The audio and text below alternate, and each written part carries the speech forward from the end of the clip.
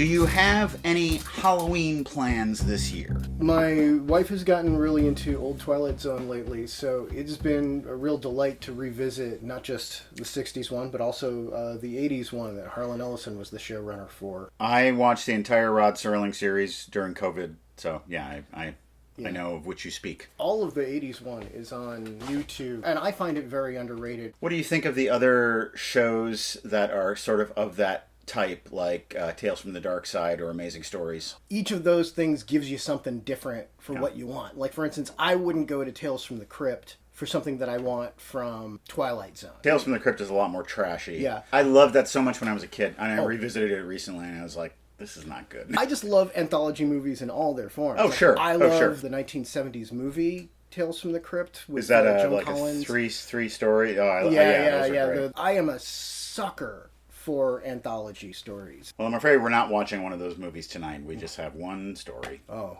So, I'd like to start out the show with a little bit of disappointment. I've got a bunch of movies that I've never seen before.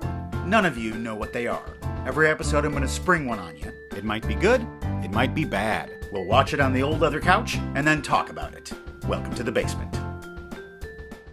The scary month of Halloween continues here in the basement as we watch another horror movie. Wait a minute, there's nothing in this top secret envelope. What can that mean? Well, the movie's not in this envelope. The movie is in this envelope. What the hell? That's right, the last of the Netflix DVDs. Get directly out of town. I hope it works. They discontinued their DVD mail service a few years ago, but they sent me a couple of freebies for being a loyal customer, and this is the last of them. It has not been opened. Oh, I'm going to open it like a fine wine right now. Netflix discs are notorious for feeling like they went through a dishwasher, so... Okay, well, we'll see. This is the last time I'm doing this. Last time ever. Oh, my God. Rip open the thing, and then they got the little seal up there like that. Yeah. This is a little historical document for future generations. Yeah, I almost told you, be careful which end you open, because then you won't be able to send it back. Well... You gotta tear off this part, tear this off, and throw it away.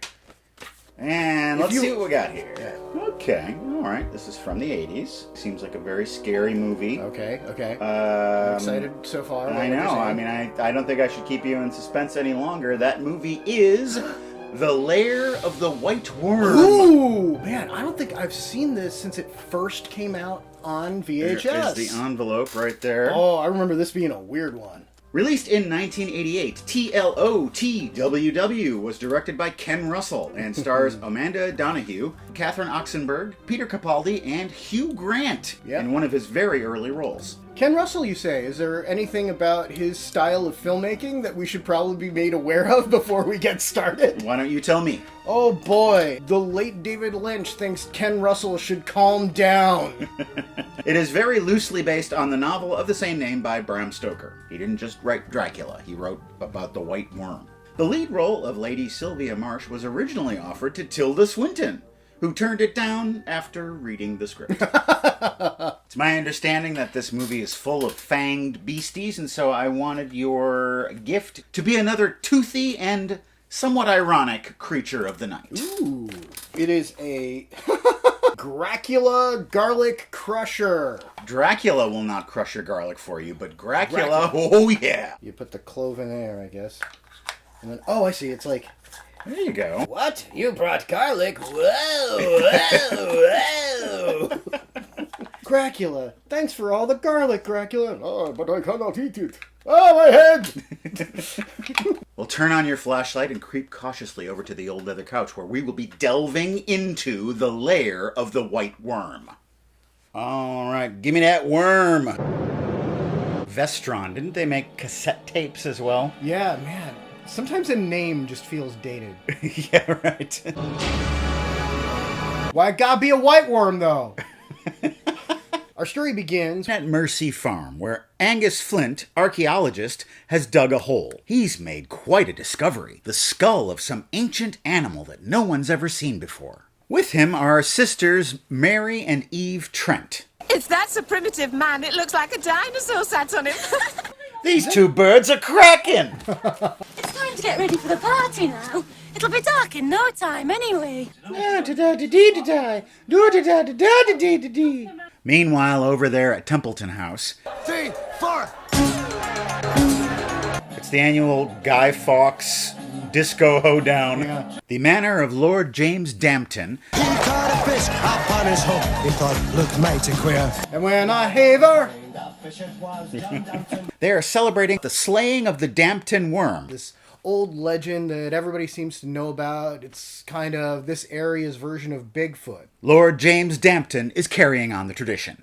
I say I do quite love WormCon.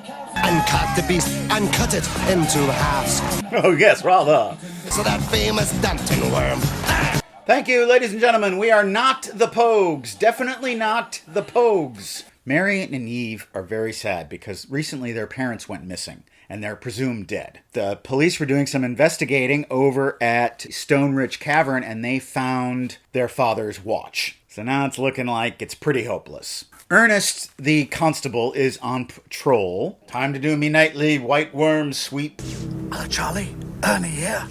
Over early. Roger, Charlie. Who am I talking to? Get taxi. I've arrested him for drunken driving. You've locked him up for drunken driving. Have you gone barmy? And he gets bit by a snake. Luckily, Lady Sylvia Marsh is there, and she takes him in and sucks out the venom. If you wanted to turn me on, movie, mission accomplished. They have a drink and a nice conversation. And Lady Marsh hears about Angus's discovery. The next day, she goes to Mercy Farm. She's dressed in her finest upholstery. Sneaks in the house and looks around. Just seeing if you have any extra shoulder pads. I can't seem to find mine. She finds that skull and takes it. And then she does this weird thing. She is a freak. A fancy car pulls up and it's Lord James and Eve Trent. They go inside. Ah! She has a wild vision of the past. Involving boobs, Christ, and fire. This is the Ken Russell Yeah. that we know. Yes, every one of these actors has a story about this day on set. You alright? What happened? Dreamt myself into a particularly weird Aerosmith video. Here. Drink this crap. I saw some stuff on the wall. Well, I've had enough. I'm off to go fox hunting. Lady Marsh comes across a young hitchhiker, Kevin. You can call him Kev. Costo, could ya? If you're going that way. Or if you're broken down, perhaps I could help. Come again? What's your name? Kevin. Your mates call me Kev. You can call me Kuh. But insists on taking him back to her house so he can be well fed and bathed. They play a nice game of snakes and ladders. It's known over here in the States as shoots and ladders. Things are looking good for Kev. What young man doesn't want to be in a situation like this? Well, I remind you of your mother, do I? No, not exactly. It's just that you're so considerate. And so predatory. Unfortunately, rather than getting the sex he was hoping for, she bites him in the jimmy. Hey! And paralyzes him. He will be sacrificed to her snake god, Dionin. Whose every death is a rebirth. That knock at the door is Lord Dampton. She invites him in for a glass of brandy, and She pumps him for more information about the investigation. My passion is snakes and ladders. she's acting real weird, and James can sense it. She hands him some BS about being afraid of snakes. She doesn't like them. She has a deep phobia. Well, then why do you torture yourself playing snakes and ladders? Shut up, that's why. No, that game was so important to Kev. That night, James has a weird dream. Walks into a painting. I had no idea he was this into art. Yeah. Why? He wakes up. He's delivered the paper and sees on the front page a picture of that excavation and that the cave seems to match a painting of the very legend involving the white worm. In the morning, the gang goes to Stone Ridge Cavern to look for some more clues. Eve says, I don't want to be here anymore. I gotta go and serve the tea. So she's on her way home, and she is accosted by Lady Sylvia up in a tree, who hypnotizes her and takes her back to her place. She talks all about Emperor Carausius, who was her lord whatever. She's got a virginity detector, and she detects Eve's virginity Oh, you'll be perfect for the sacrifice. You will telephone the farm and tell your sister That you're at the train station, you're leaving town for a couple days to rest, then no one will be suspicious. the telephone's on the bar. Make the call now and make it convincing. And while you're at it, make me a Rob Roy. She's in thrall. I've got to get away for a while. But she sees the little cross on her ring, and she snaps out of it briefly. Drowning! They gotta save Eve! Lord Dampton remembers that you can use music to control these snake people, or at least put them in a trance. He finds this old snake charmer record, 78 RPM, don't you know? Well, what do you think? That would charm the Dampton worm itself. And he blasts it from the rooftop of his manor. This, of course, attracts Lady Sylvia, and she leaves her house, giving Angus and Mary the opportunity to come in and snoop around. And there's Mary's mother, Who is, of course, in a trance while she's watching Snake TV. She's not dead after all, but she kind of is. Which sends her into another nightmare. Mom runs off. She has a brief but intense fight scene with Lord Dampton.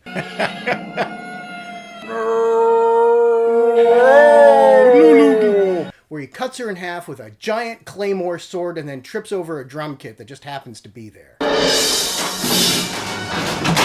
Hey! The police are on their way if that's any comfort. Yeah, and you take care. Take care of Mary. Hang on. Half of a woman has grabbed my ankle. And that's it. It's the next day. Ernest the cop comes to pick up Mary. He is going to escort her to the police station where he says that James is being held for questioning. But he's lying. This isn't the way to the police station. Then she notices there's a bandage on his wrist, which means he's probably a snake cop at this point. He chases Mary around into a basement. He's got her cornered. When suddenly she hears the unmistakable drone of bagpipes. That has the same effect as the Snake Charmer record. Ernest the cop goes and seeks the source. It's Angus, bekilted and piping. I mean, I know it was super important for you to play the bagpipes and that was the secret, but how many precious seconds did you lose also putting on the kilt? Here we see the bagpiper charming the snake man in a most unusual fashion. They struggle and the cop is killed. Ew. Angus is walking around the house playing the bagpipes. He stops at the bottom of the stairs, injects himself, then reaches into another pocket, pulls out a live mongoose he had on him this entire time. A mongoose, the enemy of snakes. Go, Ricky Tikki Tavi, go! He thinks that mongoose is going to be effective, but it's taken out pretty quickly by Lady Sylvia, the blue snake monster. She bites him right in the femoral. Why didn't she succumb to those bagpipes? She was wearing earplugs. Earplugs? You know how they keep out noises? She drags him down into the basement, where Eve is tied up and ready to be sacrificed. There's a bottomless pit below them, and that's where the worm lives. Dionin who suffered the wrath of the false god. Dionin who was trodden underfoot by the Son of Man. Dionin who returned to the darkness. Dionin. Yeah, we get it. It's Dionin. Torquemada, don't ask him for forgiveness. As a matter of fact, you can't talk him out of anything. The worm is coming up. Hey, it's me, Dionin. I heard you guys were talking about me, so what's up? Angus isn't dead yet. He pushes her into the pit. Angus saws off Sylvia's hand. It's very gruesome. She falls down into the mouth of the snake. Rescues Eve from the pit. You go on, I'm going back. What are you doing? I want to see how the movie ends. And reaches into his kilt for a handy grenade.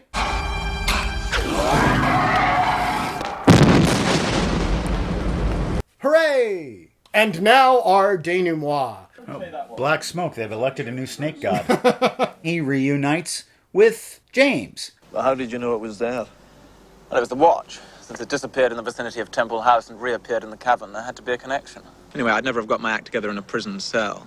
what is the purpose of this conversation? Yeah. The movie's over. Yeah, I know. It feels like we're doing house cleaning for a bunch of plot details we don't need to know. I guess I'm the local hospital by now. Are these guys gonna kiss? Or?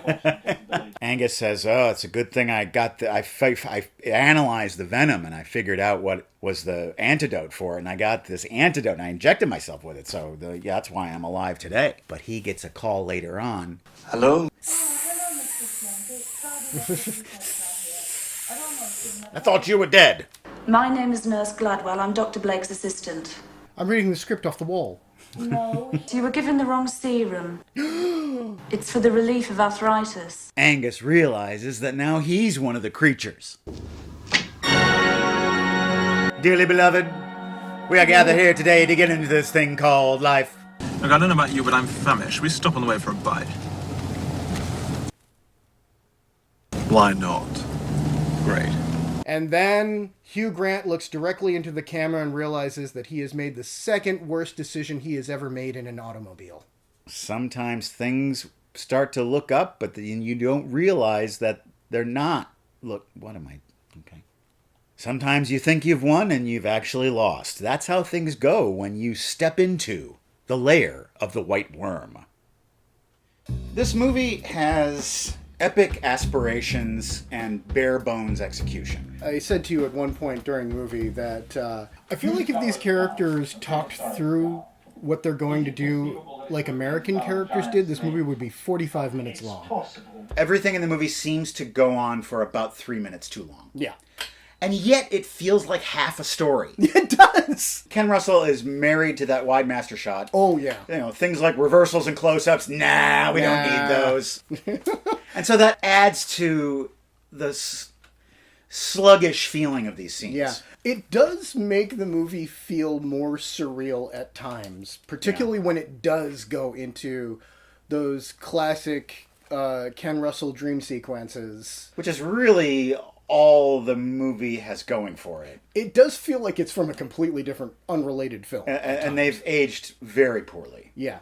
It's unfortunate that Ken Russell seems to sacrifice things like eeriness and suspense for wild visuals and kinky situations. Yeah. It's Ken Russell. That's what he does. But this could have benefited from a little more atmosphere, and it could have benefited from some more comedy. If he had upped the campiness of it, it could have been a really strange and special movie. Yeah, because the raw elements for some camp are definitely there. Oh, yeah. It is a very silly story. It's so weird how it takes itself so seriously, it almost goes the other way. The whole thing just feels like a damp raincoat. If it were more fun. More fun. It needs to be more fun. Yeah. Even the taboo sexual things that happened, if it had that campy quality, they would be somewhat titillating. But, you know, you look at it in this and you're like, oh, that's kind of gross. Oh, I kind of feel bad that she had to do that. Yeah. I don't want to see this. Yeah. I wish I knew more about her. She just sort of shows up. And we don't know her place in the community. We don't know about what the neighbors think of her. We don't know what the main characters think of her. Yeah. This is the kind of movie where characters spend minutes and minutes and minutes and minutes giving you backstory about something, and then you realize, oh, I didn't need to know any of that information. All we need to know is that she's a sexy worm lady who likes to sacrifice virgins to a much larger worm. There's a joke in this that one wouldn't get just from the outset. Well, forgive me for dropping in like this, but you're not in the book. If you mean the phone book, no, I'm not. But he's also referring to the novel, The Lair of the White Worm. Lady Sylvia is not a character in that novel. She's an invention of the film. Wow, how boring was this book? The Lair of the White Worm is now wormless, and now it is time for us to go and relax in a little cozy nook we call Seen It. Seen It! Ron Prysack writes, Seen It Under the Rainbow, an often forgotten Chevy Chase and Carrie Fisher movie. Seen It. Seen It! And calling this a Chevy Chase and Carrie Fisher movie to me is a bit like calling Silverado a John Cleese movie. I don't feel like those two are in it all that much. I don't really remember much. I'd call it a Billy Barty movie. It's more of a Billy Barty movie. The story is about the making of The Wizard of Oz, and there's this hotel where all of the little people who play the Munchkins are at, and it is a hotbed of hijinks. One of the jokes in it is there's a black actor... The elevator. Yeah. The elevator falls, and then he is replaced with a similar-looking African-American little person actor. I think it's Tony Cox. The cable has been taken out of the elevator. It crashes. Yeah. And he gets out, and the crash has made him small. This is the kind of movie where a boob pops out that's followed by a sound effect. Yeah. We used to do that a lot more in the early 80s. Yeah, a lot of humor that's in very poor taste. The whole thing ends up being a dream, and nothing means anything. Yeah. I remember another joke from Under the Rainbow. There's two little fellows who are sitting at the bar, and they've had a few. And then one of them goes, 2 doubles. And the other one goes, I'll have the same. David James Keaton writes, Joker 2, basically a 2.5-hour epilogue. He wrote a bunch of Z's because he didn't like the movie. He didn't like the movie. And you know what? I basically agree with this one-letter review. Yeah, I avoided it on purpose simply because of what I've seen. And under normal circumstances, I wouldn't do that because I remember first Joker got a lot of hate from people, and I didn't really get it. I thought it was okay. Yeah. It was a shameless Scorsese pastiche, which is probably the worst you can say about it. Yeah. I found both movies weirdly intensely boring. I think he probably said to himself something like, I want to do one of those movies, like King of Comedy or Taxi Driver. And that's all he said to himself. Well, let's fix it with this sequel. I'm going to make it as unentertaining as possible. We're going to get Lady Gaga. I'm going to direct her to sing badly. It feels like it's an apology for a movie that shouldn't have been made, but no one wants to acknowledge it shouldn't have been made. Caffeine Advocate. Have you seen Companion yet? I appreciate it being a no-filler, tight 97-minute film that knows exactly what it is. Seen it. Seen it! It's like an above-average episode of Black Mirror. Jack Quaid is rapidly becoming a horror icon. I was watching that kid this whole movie, and I'm like, who is this? I know this. I'm IMDb'ing him. I haven't seen any of this stuff. Who is that? And then, like 20 minutes from the end of the movie, I thought, that's a Quaid! That's Dennis Quaid's boy! It seems, though, that Jack Quaid, unlike his dad, has a face cut out for villainy.